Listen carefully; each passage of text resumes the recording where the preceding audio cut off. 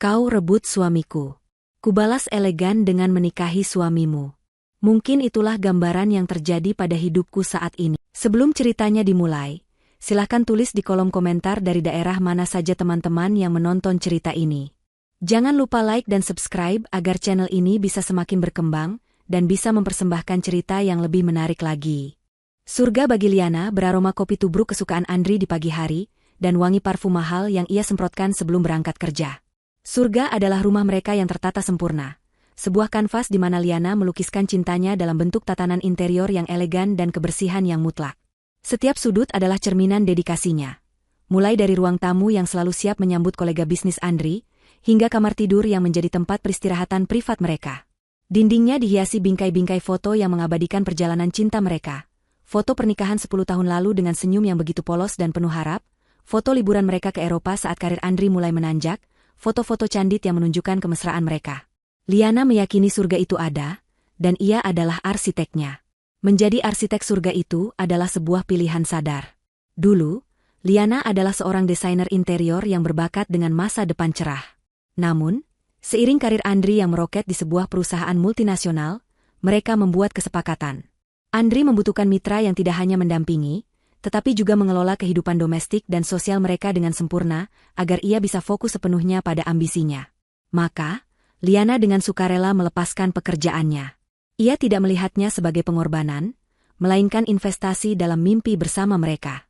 Ia menjadi manajer rumah tangga, perencana acara sosial, dan pendukung emosional nomor 1 bagi suaminya. Kebahagiaan dan kesuksesan Andri adalah kebahagiaan dan kesuksesannya juga. Setidaknya, itulah yang ia yakini. Namun, dalam beberapa bulan terakhir, Liana mulai merasakan getaran aneh yang merusak fondasi surga yang telah ia bangun. Getaran itu halus, tetapi cukup untuk membuat bingkai-bingkai foto di dinding seolah sedikit bergeser. Semuanya berawal dari benda persegi tipis yang selalu berada dalam genggaman Andri, ponselnya. Dulu, Andri bisa meninggalkan ponselnya di mana saja. Tetapi kini, benda itu memiliki privasi yang lebih ketat darinya. Layarnya selalu menghadap ke bawah, dan kuncinya diaktifkan dengan sidik jari yang tidak pernah Liana minta untuk didaftarkan. Suatu malam, saat Andri sedang mandi, ponselnya yang diletakkan di meja nakas bergetar tanpa henti. Liana, yang sedang merapikan tempat tidur, meliriknya. Rentetan notifikasi muncul di layar kunci dari satu nama kontak, S Project. Isinya singkat-singkat, tetapi intens. Meeting besok jadi, kan? Di tempat biasa. Lalu, jangan lupa bawa dokumen yang kemarin, dan diakhiri dengan, aku tunggu kabarmu. Hati Liana terasa seperti diremas. Proyek apa yang mengharuskan komunikasi selarut ini? Mengapa namanya begitu samar? Ia mencoba menenangkan dirinya. Andri memang sedang mengerjakan proyek pemasaran besar. Mungkin ini salah satu vendor penting. Namun, kejanggalan terus bermunculan. Alasan, lembur sampai malam, kini menjadi lagu wajib hampir setiap hari. Andri pulang dengan aroma parfum wanita yang samar menempel di kemejanya, yang selalu ia sanggah sebagai parfum rekan kerja yang terlalu kuat saat rapat. Ia menjadi lebih mudah marah untuk hal-hal sepele. Keintiman mereka di ranjang pun terasa berbeda, lebih seperti kewajiban mekanis daripada ungkapan cinta. Rumah yang dulu terasa hangat kini seringkali terasa lengang dan dingin saat Liana menunggu suaminya pulang sendirian. Merasa tercekik oleh kesendirian dan kecurigaan, Liana mencari sandaran. Dan sandaran utamanya selama ini adalah Sonia. Sonia adalah sahabatnya sejak masa kuliah, wanita yang tahu semua rahasianya. Cantik, sukses dengan butik fashionnya, dan menikah dengan Reza, seorang pengusaha properti yang disegani. Sonia adalah paket lengkap yang Liana kagumi. Mereka bertemu di kafe langganan mereka, sebuah tempat nyaman di mana mereka biasa berbagi cerita. Liana menumpahkan semua keresahannya. Tentang ponsel Andri, tentang jarak yang ia rasakan, tentang ketakutannya. Sonia mendengarkan dengan penuh perhatian, sesekali mengaduk minumannya, matanya memancarkan simpati yang dalam. Liana, sayang, ujar Sonia lembut, tangannya terulur untuk menggenggam tangan Liana yang dingin. Kamu itu terlalu banyak berpikir. Coba lihat dari sisi Andri. Dia itu sedang di puncak karir, tekanannya pasti luar biasa. Wajar kalau dia sedikit stres dan butuh ruang. Tapi perasaanku tidak enak. San, ini berbeda. Desak Liana, matanya berkaca-kaca. Perasaan itu bisa menipu, apalagi kalau kita terlalu banyak waktu luang untuk berpikir. Balas Sonia, kata-katanya terdengar logis namun menyengat. Mungkin ini salahmu juga. Maaf aku blak-blakan. Mungkin kamu kurang memberinya tantangan? Kamu terlalu memanjakannya, semua sudah tersedia. Pria seperti Andri butuh wanita yang bisa jadi partner diskusi, bukan hanya pelayan di rumah. Coba deh, kejutkan dia. Lakukan sesuatu yang tidak terduga. Ajak dia kencan, tunjukkan kalau kamu bukan sekadar istri yang membosankan. Nasihat Sonia terasa seperti tamparan sekaligus pencerahan. Mungkin ia benar. Mungkin selama ini ia terlalu fokus menjadi istri yang sempurna, hingga lupa menjadi wanita yang menarik. Ia harus merebut kembali perhatian suaminya. Dan kesempatan itu datang lebih cepat dari yang ia duga. Lusa adalah hari jadi pernikahan mereka yang ke-10. Ini adalah momen yang sempurna untuk membuktikan bahwa ia masih wanita yang sama dengan yang dinikahi Andri 10 tahun lalu. Dengan semangat baru, Liana merencanakan semuanya dengan detail. Ia memesan meja di restoran Italia paling romantis di kota, tempat yang sudah lama ingin Andri kunjungi. Pada hari H, ia menghabiskan waktu berjam-jam di salon. Rambutnya ditata bergelombang, riasannya dibuat sempurna, menonjolkan matanya yang paling indah. Ia mengenakan gaun sutra berwarna zamrud, warna favorit Andri. Sebagai pamungkas, ia memanggang sendiri kue tiramisu, kue kesukaan Andri, dan menghiasnya dengan tulisan 10 Wonderful Years. Malam ini, ia tidak hanya akan merayakan pernikahan mereka, ia akan memenangkannya kembali. Pukul 8:15, Liana tiba di restoran.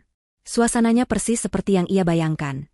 Remang-remang, elegan, dengan alunan biola yang menyayat hati. Ia merasa cantik dan percaya diri. Sambil memegang kotak kue di tangannya, ia melangkah masuk, mencari meja atas nama suaminya. Seorang pelayan mengantarnya ke sebuah meja yang sudah dihias dengan kelopak mawar. Andri belum datang. Liana tersenyum, ia memang sengaja datang lebih awal. Sambil menunggu, matanya berkeliling, mengagumi interior restoran. Lalu, pandangannya terkunci pada satu titik di sudut ruangan yang agak tersembunyi. Sepasang kekasih sedang duduk di sana, begitu larut dalam dunia mereka sendiri. Sang pria tertawa, tatapannya penuh puja pada wanita di hadapannya. Tangan mereka bertaut erat di atas meja.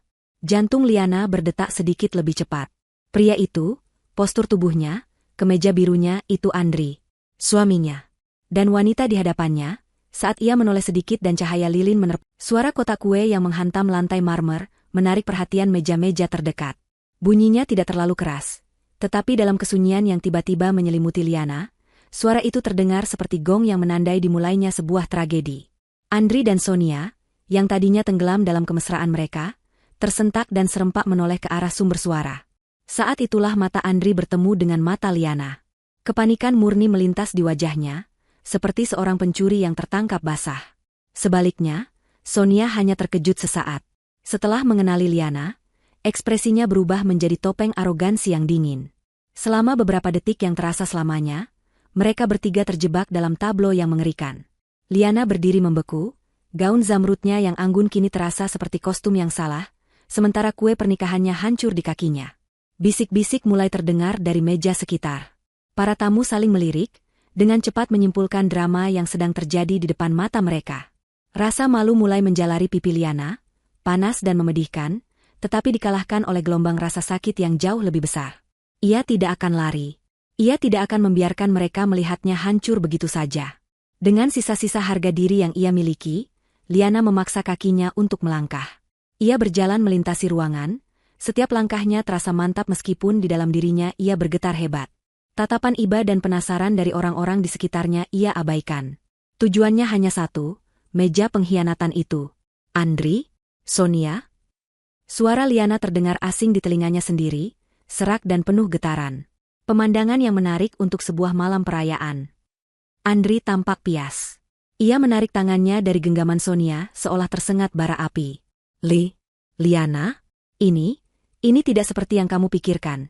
Gagapnya, sebuah kalimat klise yang terdengar begitu menggelikan di saat seperti ini. Sebelum Andri sempat merangkai kebohongan yang lebih rumit, Sonia memotongnya dengan nada tajam. Ia tidak repot-repot menunjukkan rasa bersalah. Sebaliknya, ia menatap Liana dari atas ke bawah, tatapannya seolah menguliti Liana lapis demi lapis. Oh, aku rasa ini persis seperti yang dia pikirkan, kata Sonia, suaranya terdengar manis namun beracun. Sudah waktunya kamu berhenti hidup dalam ilusi, Liana. Ilusi? Ulang Liana, amarah mulai membakar rasa sakitnya. Aku menyebutnya pernikahan. Sesuatu yang tampaknya tidak berarti apa-apa bagi kalian berdua. Ia menatap Andri, menuntut jawaban. 10 tahun, Andri. Apa artinya semua itu bagimu? Andri hanya bisa menunduk, tak mampu menghadapi tatapan Liana. Ia tampak kecil dan menyedihkan. Sekali lagi, Sonia yang menjadi juru bicaranya. 10 tahun yang membosankan, desis Sonia. Dengar, Liana. Mari kita jujur. Kamu adalah istri yang baik, ibu rumah tangga yang sempurna. Tapi hanya itu. Andri sudah melampauimu. Dia butuh partner yang setara, yang bisa bicara tentang investasi, tentang politik, tentang dunia. Bukan seseorang yang puncaknya adalah membahas resep masakan baru atau diskon di supermarket. Kamu sudah tidak relevan lagi untuknya. Kata-kata itu, diucapkan oleh sahabatnya sendiri, terasa lebih tajam dari pisau. Setiap suku katanya mengiris harga diri Liana hingga cabik. Dan yang paling menyakitkan adalah Andri hanya diam, membiarkan Sonia melucuti semua kehormatannya. Keheningan Andri adalah persetujuannya. Jadi ini salahku,